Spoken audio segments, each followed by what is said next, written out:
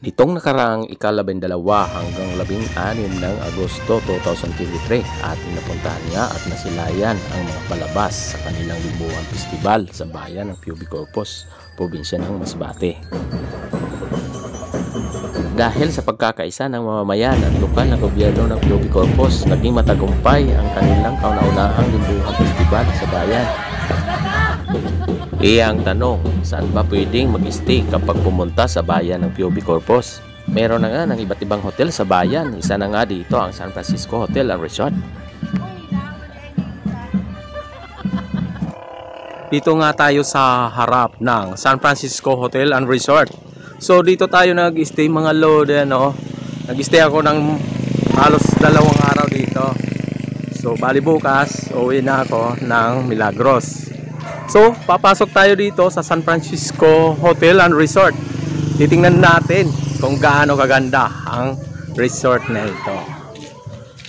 Ayan. Siyempre, kulay puti yung resort, no? Puting-puti. Ayan. Nandito yung staff ng San Francisco Hotel and Resort. Ayan.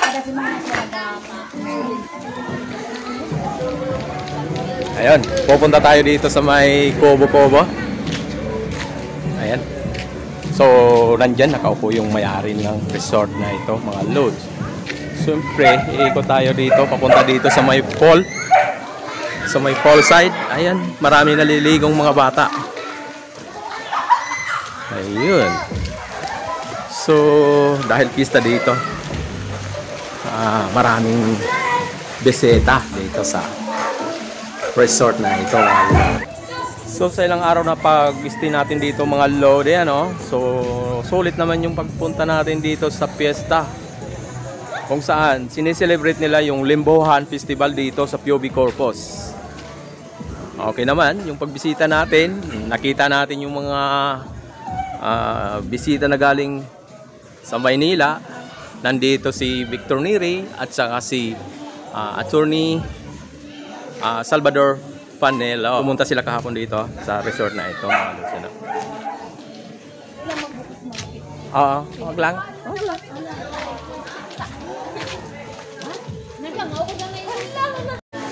So mga lods, ano, aakyat tayo doon sa taas ng hotel. Titingnan natin kung gaano siya ka ganda doon.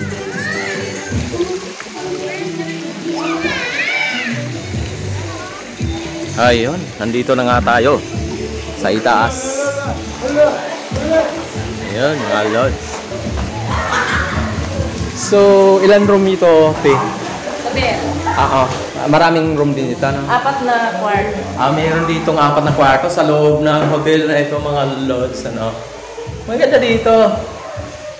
Komportable naman. Ayun, kung wala kayong matuluyan kapag nagpunta kayo dito sa bahay ng Pubi Corpus, pwede naman dito. Ayun. Bali ito ang... Hindi na tayo pwedeng makalabas kasi nasira yung ano. Yun. Dito Okay lang. Tapos, okay din tayo sa pinakataas. Maganda din Wow. yun. Ayun, malisa. Yan, maganda din sa taas. Dito tayo sa rooftop, mga lods.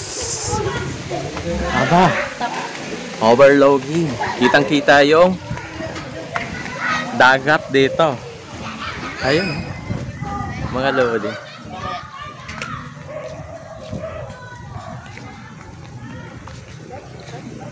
Ayun, malapit lang siya sa highway, mga lods.